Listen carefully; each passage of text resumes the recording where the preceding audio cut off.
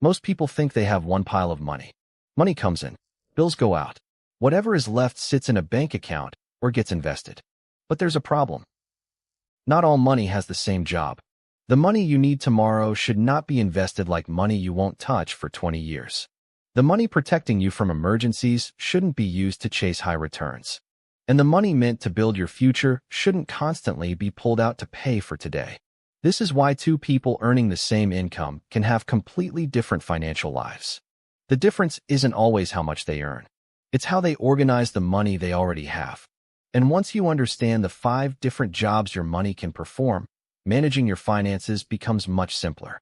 1. Survival money. The first type is survival money. This is the money that keeps your basic life running. Rent or mortgage. Food.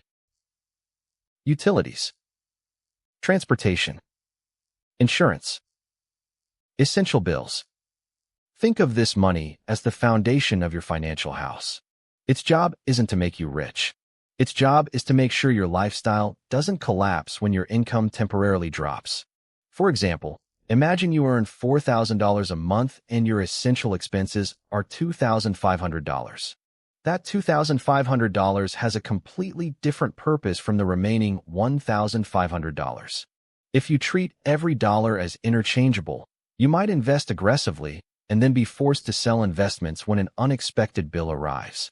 That creates unnecessary financial pressure. So the first question isn't, how much can I invest? It's, how much does my life actually require? Knowing that number gives you control. 2. Safety money. The second type is safety money. This is your financial shock absorber. Its purpose is to handle problems you didn't plan for. A broken car. A sudden home repair. A period without income. An unexpected medical or family expense. Without safety money, a single bad month can turn into debt. Let's say someone has $20,000 invested, but only $300 available in cash. On paper, they may look financially strong, but in reality, they're vulnerable.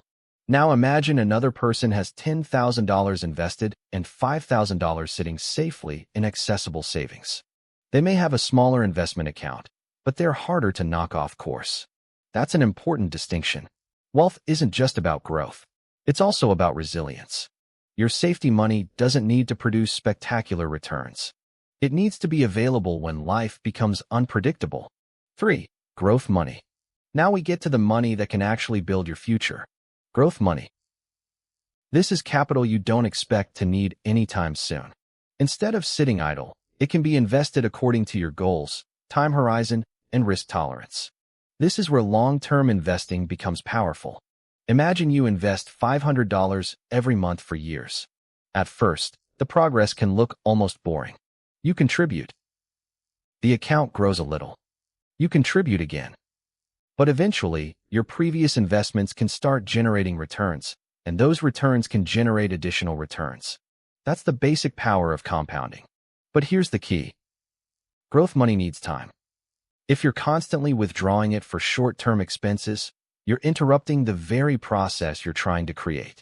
So don't ask every dollar to do everything. Give some money permission to simply grow. 4. Opportunity money. The fourth type is one most people completely ignore. Opportunity money. This is money reserved for possibilities. Maybe a valuable course appears. Maybe you discover a business opportunity. Maybe you need equipment to start a side business. Maybe an asset becomes temporarily undervalued. Maybe you simply want the freedom to make a major decision without borrowing money. Opportunity money gives you financial flexibility. And flexibility has real value. Imagine two people see the same opportunity. One has no spare capital and needs to borrow. The other has money already available. The second person has something the first person doesn't: the ability to act. You don't need to predict exactly what opportunity will appear. You simply need enough financial flexibility to recognize one when it does. But there's a warning.